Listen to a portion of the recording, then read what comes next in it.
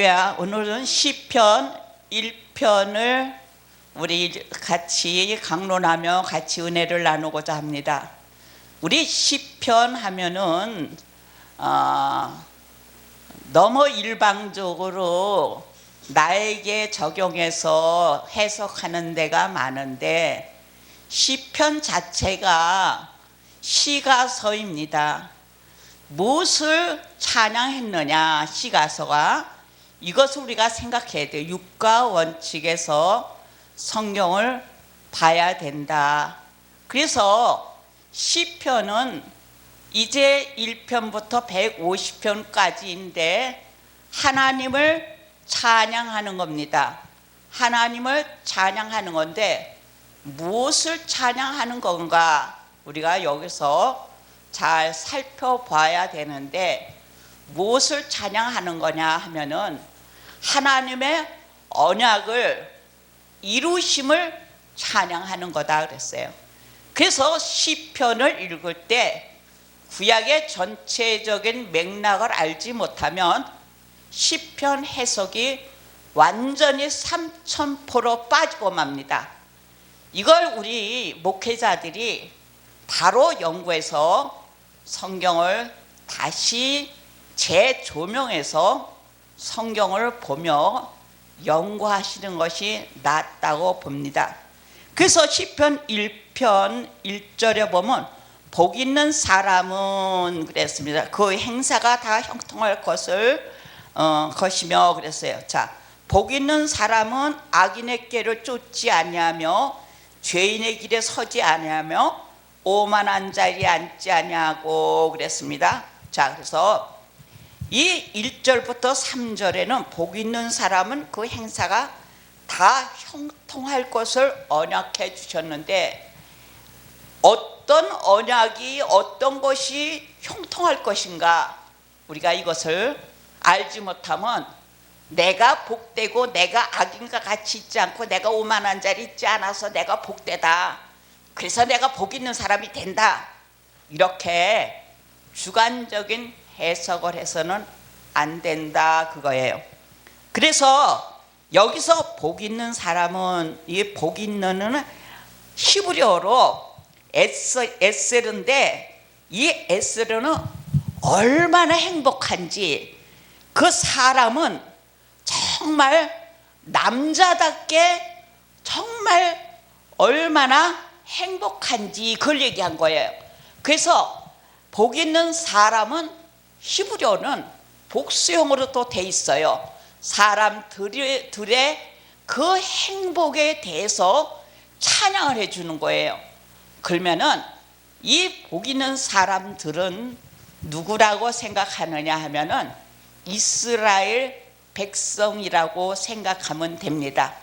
이 이스라엘 백성들이 왜 복이 있었냐, 어떤 악인의 길을 쫓지 않고 죄인의 길을 서지 아니하고 오만한 자리에 앉지 않고 오직 여호와의 율법을 즐거워하며 그 율법을 주야로 묵상하는 자로다 그랬어요. 그래서 3절에 저는 시냇가에 심은 나무가 시절을 쫓아 과실을 맺으며 그 잎사귀가 마르지 않은 같으니 그 행사가 다 형통하리로다 그랬어요. 그래서 이 복 있는 사람은 바로 하나님의 언약의 자손들이다 그거예요. 그래서 하나님의 언약의 자손은 무엇을 찬양을 해야 되느냐, 하나님의 언약의 자손은 첫째 언약, 하나님께서 아담과 맺으신 언약이 있다 그거예요. 그래서 아담과 어떤 언약을 맺었어요? 너희는 창대하고 정복하고 다스리라고 언약을 주셨는데, 이 세 가지의 3대 언약을 아담은 실천하지 못하고 상실하고 말았습니다. 그래서 창대하고 또한은 정복하고 다스리려는 이 3대 언약은 나라에 대한 언약이다 그거예요.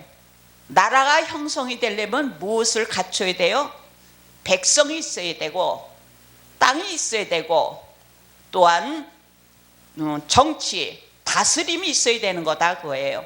그래서 이같이 백성과 또한 정복과 다스릴 것을 하나님께서는 아담에게 언약해 주셨는데 그 언약을 아담이 실천하지 못해서 노아에게 아브라함에게 이르셔서 모든 족장들을 통해서 이루시고 나중에 누구를 통해서 성취하셨냐? 다윗 왕을 통해서 다윗 왕국을 성취하신 것을 말하고 있습니다. 이렇게 다윗 왕국을 성취하신 것은 장차 그리스도께서 오실 완성된 나라를 모형과 그림자로 보여준 건데, 구약에 이같이 다윗을 통해서 왕국을 성취하신 것은 장차 오실 그리스도의 모형과 그림자라고 했는데, 왜 그러면은 다윗 왕국이 왜 멸망됐느냐? 지상에 손으로 지은 것은 하나도 남기지 않으시고 멸하신다고 말씀한 내용이 있고, 또한 영원하신 예수 그리스도가 오셔서 나라의 완성자로서 왕권을 갖고 오실 그분으로서 이루실 것을 언약해 주신 거기 때문에 이 시편 기자를 통해서 지나간 과거와 장차 이루어질 미래에 대한 하나님의 나라에 대한 생명의 말씀을 뭐 하신 거예요? 찬양하게 하시는 거다 그거예요. 그래서 이같이 복 있는 사람은 악인의 길을 쫓지 않고 죄인의 길에 서지 아니했다는 것은 이스라엘 백성들이 애굽의 종살이 400년 동안도 그 애굽 사람들과 같이 뭐 하지 않았어요? 섞이지 않았어요. 그래서 구별된 삶을 살았다 그래서 성별된 삶을 살았어요. 그래서 애굽에 있을지라도 누구를 찬양하기를 원했어요?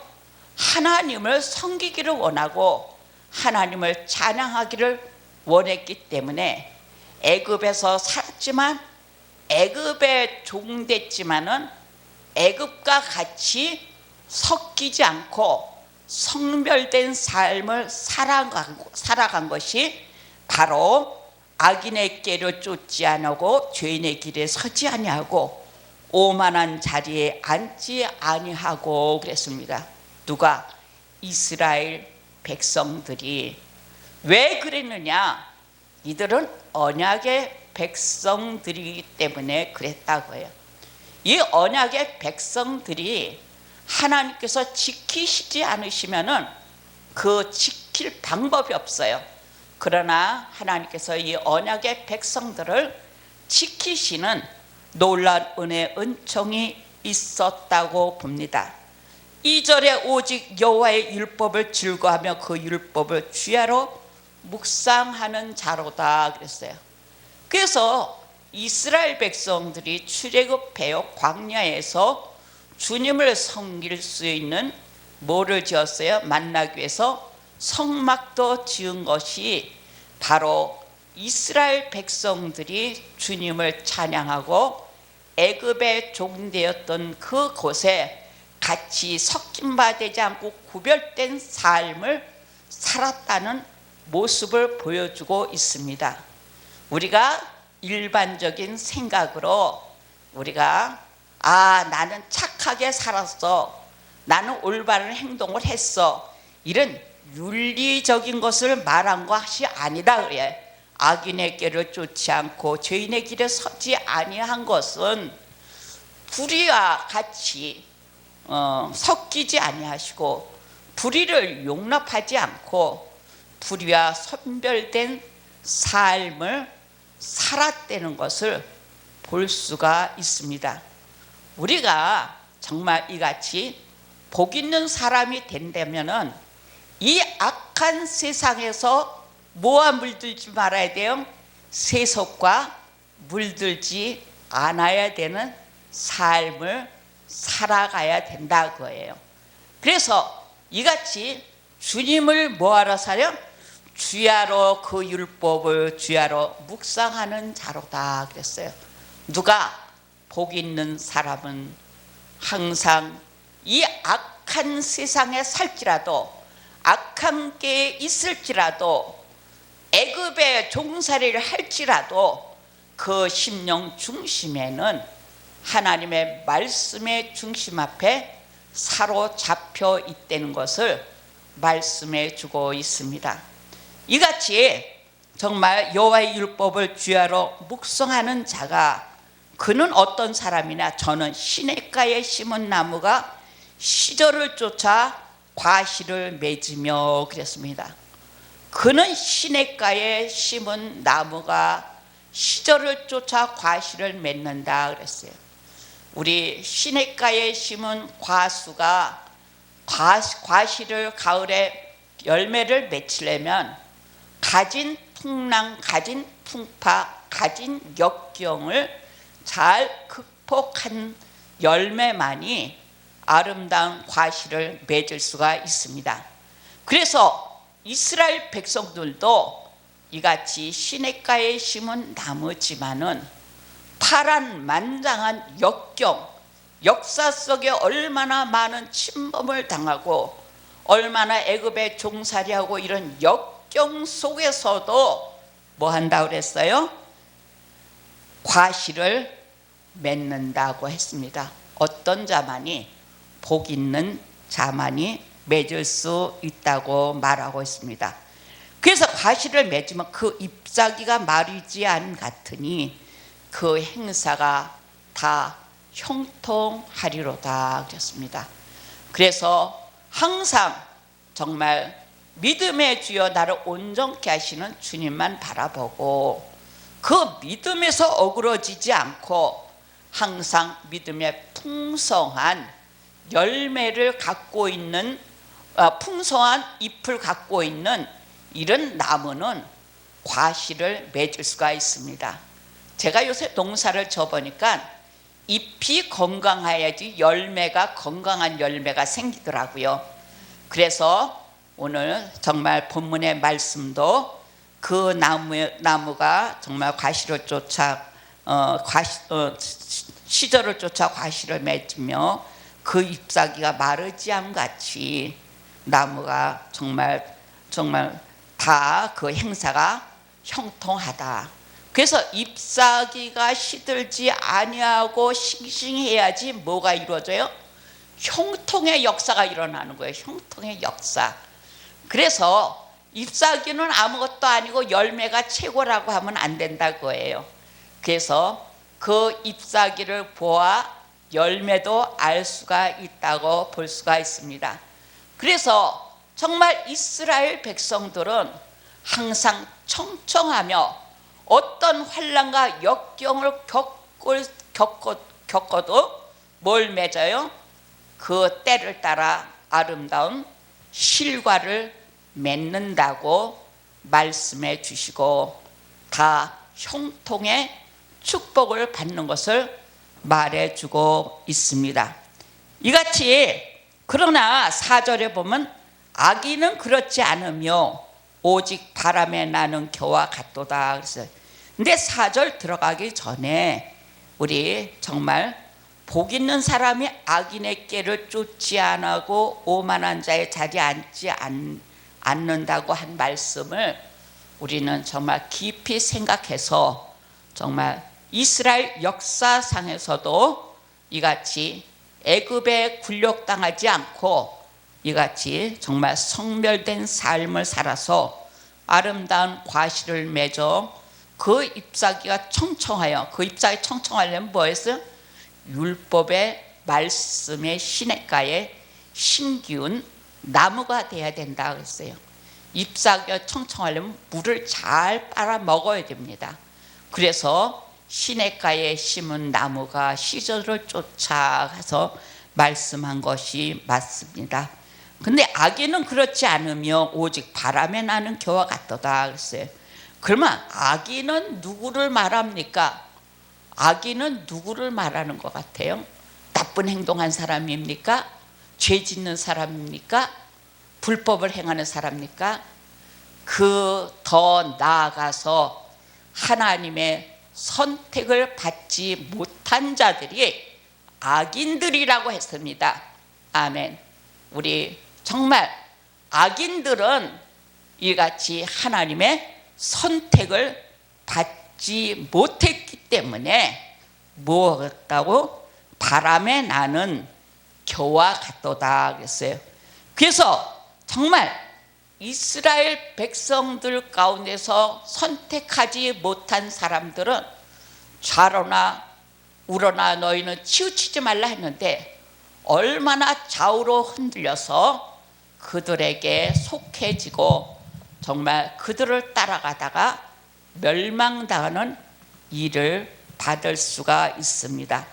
그래서 악인이 그렇지 않으면은 바로 악인은 선택받지 못한 언약의 백성이 아님을 말해주고 있고, 언약의 백성이 아닌 자는 바람에 나는 겨와 같다, 마의 풍파같이.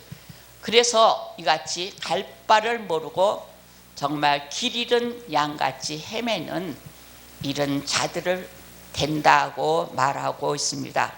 그러므로 5절 악인은 심판을 견디지 못하며 그랬습니다. 그러므로 악인은 그랬습니다. 어떤 심판을 못 견디느냐? 악인은 심판을 견디지 못하는데 예수 그리스도가 오셔서 심판주로 오실 그 오심에 대하여 정말 바로 서지 못합니다. 그 심판을 받아서 멸망받을 수밖에 없습니다. 하나님의 심판에는 두 가지가 있는데 하나는 형벌이고 하나는 징계입니다. 그래서 악인은 형벌을 받는 겁니다. 죄가 죄되게, 죄가 관영할 때까지 죄에 더 빠지게 내버려 두는 겁니다. 이같이 악인의 심판은 형벌로, 정말 죄값은 뭡니까? 사망이다 그랬어요. 형벌로 주시는 거고, 의인의 심판은 징계입니다. 사랑하는 자에게 뭐 준다 그랬어요? 채찍을 주신다고 말씀하듯이 사랑하는 하나님의 언약의 자손들이 비록 어그러진 길로 갈 때마다 하나님께는 의로운 손으로 우리를 채찍질해서 바로 이끌어 주시는 것이 하나님의 훈련이고 인도라고 볼 수가 있습니다. 그래서 하나님의 언약 백성들도 환난과 역경이 없고 다 형통, 만사, 형통 이렇게 하면 안 된다 그거예요. 하나님의 언약의 백성들도 훈련과 시련이 있습니다. 왜? 하나님의 백성들이 이 땅에 살기 때문에 악한 세력들이 자꾸만 침범해 와서 넘어뜨리고 죄악의 길로 끌고 가려고 하는 이런 시점에 우리가 살고 있기 때문에 올바른 삶을 살기 위해서는 하나님의 말씀에 붙들린 바 되어서 하나님 앞에 정말 심판은 시련의 심판으로 올바로 이끌어 주시는 그 훈련 안에 우리가 들었기 때문에 우리가 역경과 공고와 고난이 닥칠 때마다 누구를 찬양해야 돼요? 하나님을 찬양하고, 내가 이같이 공고와 역경과 시련은 왜 있는 건가? 우리가 다시 하나님 앞에 그것을 물어보면서 우리가 나아갈 때 그 어려운 공고 역경을 통해서 하나님이 또 역사하시는 일도 있다 그거예요. 죄를 지어서 그런 역사가 있는 것이 아니라 잘 훈련시켜서 의의 병기로 쓰시기 위한 하나님의 목적의 시련도 있는 것입니다. 그래서 하나님의 목적의 시련 있는 자들은 어떤 사람입니까? 하나님의 언약 백성들이라고 말하고 있습니다. 우리 이렇게 하나님의 언약 백성들이 돼서 복 있는 자들이 되어 하나님의 영광을 찬미하는데, 어떤 영광을 찬미해요? 과거에 우리와 언약하신 그 언약을 찬미하고 현재까지 이루어주신 이 모든 역사의 배후의 모든 것을 찬양하고 장차 이루어질 것도 미리 찬양하는 것이 바로 복 있는 자의 모습이라고 볼 수가 있습니다. 그러므로 5절 악인은 심판을 견디지 못하며 죄인이 의인의 회중에 들지 못하리로다 그랬어요. 그래서 악인은 의인의 회중에 절대로 들을 수가 없어요. 왜 못 든다 그랬어요? 하나님의 뭐가 되면 언약의 백성으로 선택함을 받지 못했기 때문에 그렇다 하는 겁니다. 대저 의인의 길은 여호와께서 인정하시나 악인의 길은 망하리로다 그랬어요. 그래서 이스라엘 백성들이 그 어려운 역경과 고난 속에서도 하나님의 나라 확장을 위해서 다윗 왕을 통해서 역사하시고 그 나라도 멸망시켜 이제 아수르 또한 메데파사 또한 헬라 또한 로마를 통해서 역사하셨는데, 다 이 역사가 애굽도 처음에 애굽이죠. 이런 역사가 다 뭐예요? 쓰지 못하고 멸망당했다고 합니다. 그러나 이런 이스라엘 백성들을 괴롭히고 역사하던 이런 강대국들이 하나도 쓰지 못했어요. 이거는 성경을 이루시는 목적이다 그랬어요. 대저 의인의 길은 여호와께서 인정하시나 악인의 길은 망한다 그랬습니다. 그래서 여호와의 길을 여호와께서 인정한다 그랬어요. 그래서 하나님의 자손들이 정말 하나님의 나라 확장을 위해서 의의 길로 나아갈 때 그들의 삶과 그들의 모든 생애 속에 하나님은 함께 역사하시고, 또한 복 있는 자들은 이렇게 모든 역사를 찬양하며 모든 언약을 찬양하며 모든 언약을 이루실 것을 신실하신 주님을 찬양하는 이런 목적에서 우리가 복 있는 사람이지, 이런 일반적인 윤리적인 복 있는 사람이 아니라는 것을 말해주고 있습니다. 이렇게 시편을 이런 역사적인 흐름에 알고 시편을 해석해 나갈 때 바른 하나님과의 관계를 맺고 바른 하나님을 뭐 할 수가 있어요? 찬양하는 거예요. 시편 150편까지는 찬양시인데 무엇을 찬양했느냐, 이것을 우리가 찾아서 이 맥락적인 것을 따라가는 것이 바른 성경 해석관이고 바른 신앙관이고 바른 정말 그리스도의 삶이 될 수가 있습니다. 그래서 이제 대저 의인의 길은 여호와께서 인정하시나 악인의 길은 망한다고 한 말씀이, 정말 악인들이 누구라 그랬어요? 죄 짓는 사람, 도둑질하는 사람, 이런 사람을 말한 것이 아니라 하나님의 언약을 받지 못한 자들, 그 이스라엘을 괴롭히던 강대국들을 말합니다. 애굽으로부터 이제 메데파사로부터 헬라로부터 아수르, 로마로 정말 이런 나라들을 암만 그래도 바로 쓰지 못한다는 것을 말해주고, 2장의 이 말씀이 시편 2편에 이 말씀이 연속적으로 이어져 나가고 있습니다. 그래서 사실 시편 2편까지 해야 될 텐데 오늘 시편 1편만 말씀드렸습니다. 다시 반복하는데 정말 시편 해석은 윤리 강론이 아니라 시편 강론은 언약 백성들에게 언약을 성취하신 그 성취를 언약 백성들이 뭐 하는 거라고요? 찬양하고 그 언약을 신뢰하고 찬양하는 것이 찬양시입니다. 또한 이 언약시를 이루신 궁극적인 복 있는 사람은 예수 그리스도입니다. 이제 엠마오로 가는 두 제자들을 만난 예수님이 모든 모세 오경으로부터 선지서 시서에 이르는 모든 것이 곧 내게 대해서 예언한 말씀이라고 했습니다. 그래서 우리는 내가 복음이 아니라 예수 그리스도 중심 아래서 언약 백성 중심 아래서 이 말씀을 통해서 정말 하나님을 찬양하는 성도 여러분과 저가 되시며 시편을 다시 보는 조명이 열려지는 역사가 있기를 주의 이름으로 부탁합니다. 감사합니다.